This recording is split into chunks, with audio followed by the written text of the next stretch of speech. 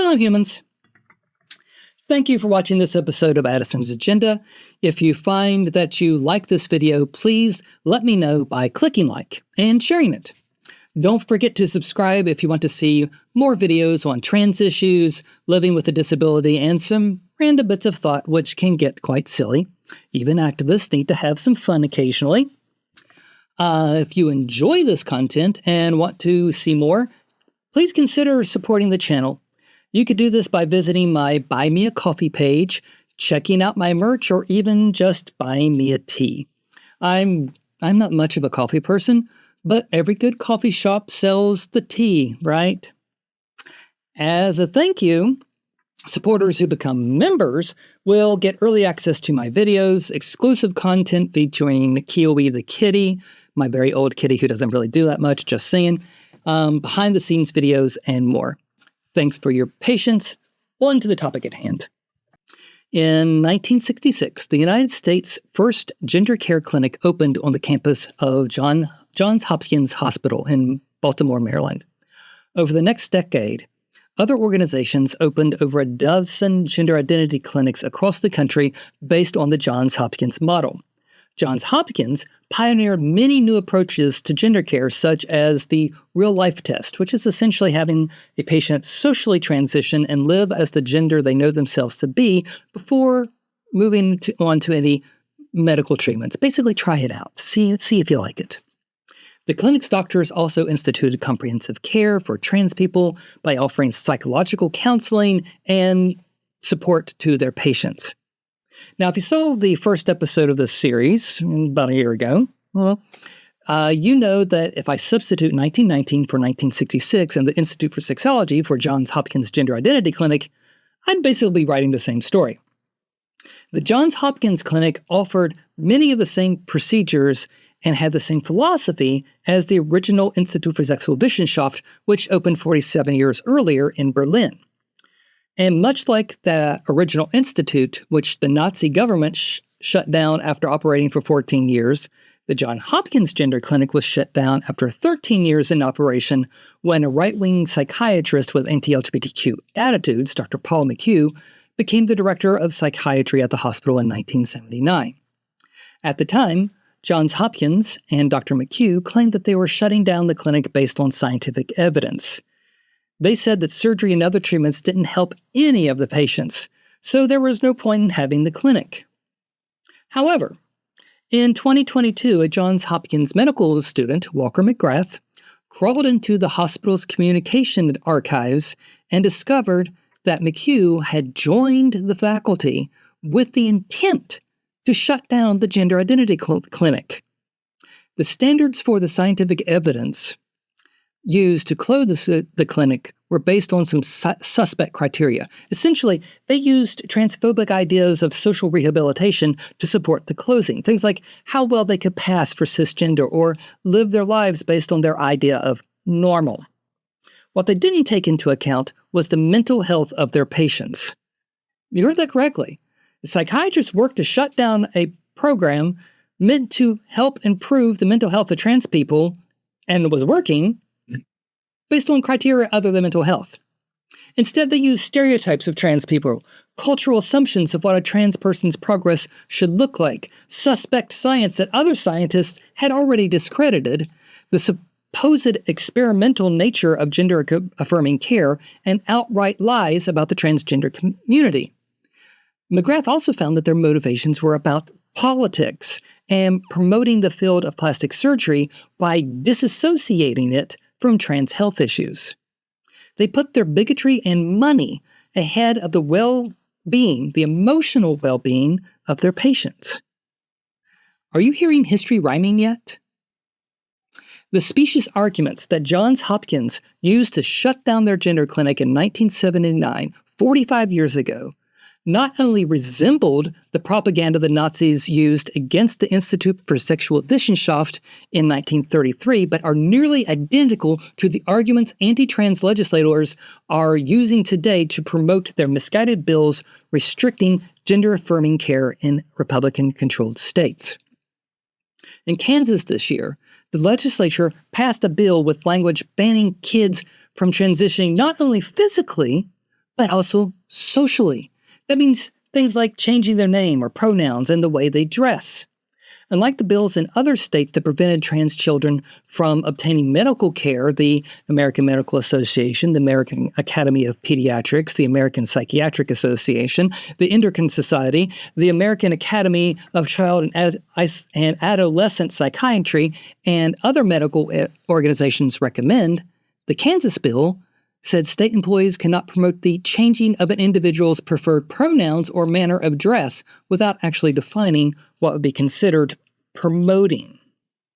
That vagueness is a common feature of these bills. By not defining what they're making illegal, they are essentially making any mission of trans issues illegal. Or at least they give license to queer hate activists to pressure teachers, school districts, and medical facilities to end anything that they feel may help trans kids. Essentially, the bill was written to ban teachers and doctors from being supportive of trans kids during their social transition, even if a parent requests the name and pronoun change. What's the big deal? So what if teachers don't call a boy she? That would be violating the First Amendment rights of a teacher who didn't want to contribute to a kid's mental illness. That's the kind of thing you're going to find eventually in the comments of this video. Just getting ahead of it. So, let's address why bills like this can be so harmful. According to an article in the Journal of Adolescent Health from 2021, gender-affirming hormone therapy resulted in lower rates of depression, suicidal thoughts, and suicide attempts among older transgender and non-binary teens. For social transitioning, things as simple as using a trans kid's proper name and pronouns improves mental health and reduces suicidal ideation. Social transitioning can also help manage gender dysphoria, which is crucial for reducing the risk of mental health conditions and suicide in trans and non-binary people. A 2019 study published in Youth and Society showed that students being able to use their chosen name at school and at home led to large reductions in the risk of negative mental and physical health outcomes.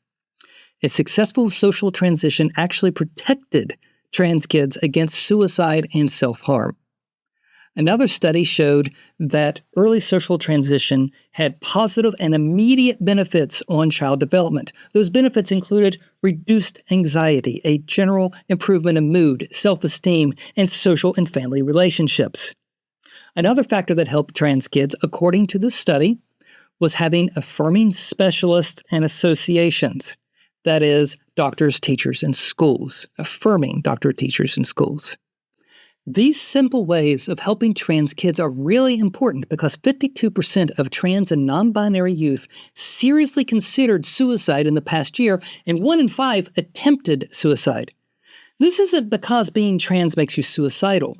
Suicidal ideation, comes from how others treat queer people.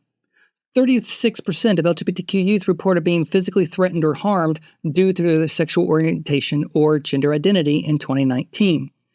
The people who put forth these bills say that they are trying to protect kids from transgenderism, a term that only exists in right-wing extremist rhetoric, even though there is no high-quality scientific evidence that suggests there is any risk to socially transitioning.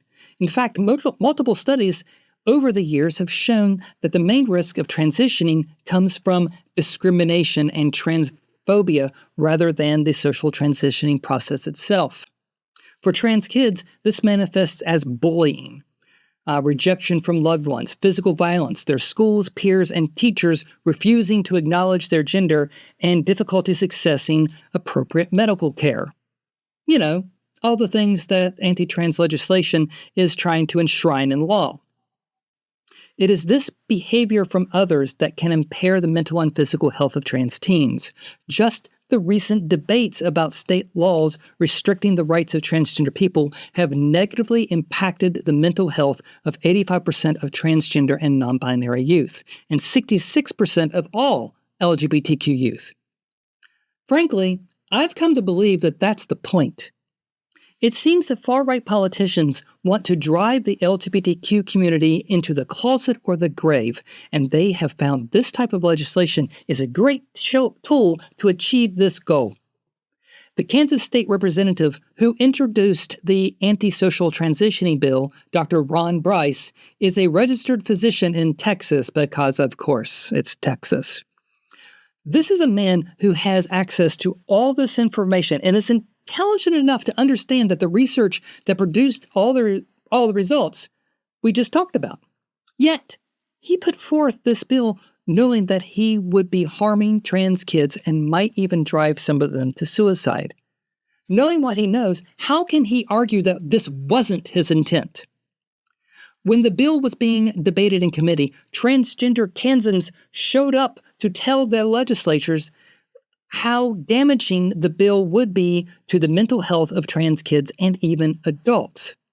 So the committee chair, Representative Brenda Landwehr, a Republican from Wichita, kicked the transgender citizens out of the hearing and later held a surprise committee meeting without giving notice to the public to take action on the bill. They simply didn't want to hear how their bill would damage trans kids in their state, so they choose to sneak it by the public. The goal of these laws is dead kids. It's the only conclusion one can come to when you know the potential effects of them and how far-right politicians are pushing them through, knowing what the bills might do. Thankfully, the Kansas bill was vetoed, and the override attempt was defeated, but just by 2 votes. However, they will introduce it again in the future, and it is likely that it will be enacted, making Kansas one of the most dangerous places to be a trans person in the nation, a reputation that the far right covets. Remember, if you want to learn more about the news affecting the LGBTQ community the major networks won't cover, please like and share this video and subscribe to the channel. You can also help support the channel by visiting my Buy Me a Coffee page. Before you go, I'd like to leave you with some good news. NBC Out reported on May 11th that a state judge in New York has struck down a Long Island County executive's attempt to discriminate against trans women. Nassau County Executive Bruce Blakeman issued an executive order that attempted to ban any women's and girls' teams, leagues, or organizations that allow female transgender athletes to participate from using a county facility. The judge ruled that Blakeman didn't have the authority to issue his order that would have banned trans girls and women from over 100 venues in the county, since there is no state law that allows him to do so. Blakeman claimed that he issued the order to protect cis girls and women from getting injured by dastardly trans women, despite the fact there is no evidence that trans people are any threat in women's sports. The Long Island Roller Rebels, a flat-track roller derby league that accepts transgender skaters, sued Blakeman and Nassau County, resulting in the judge's ruling. On a personal note, I used to be a volunteer for the Naptown Roller Girls, now called Naptown Roller Derby. I was the bout director for 3 seasons, so I was responsible for making sure both the skaters and fans had a good and safe time at the bouts. It is really gratifying to see a sport that was a major part of my life standing up to protect trans women. Okay, that's it for this episode of Addison's Agenda. Until next time, peace and long life.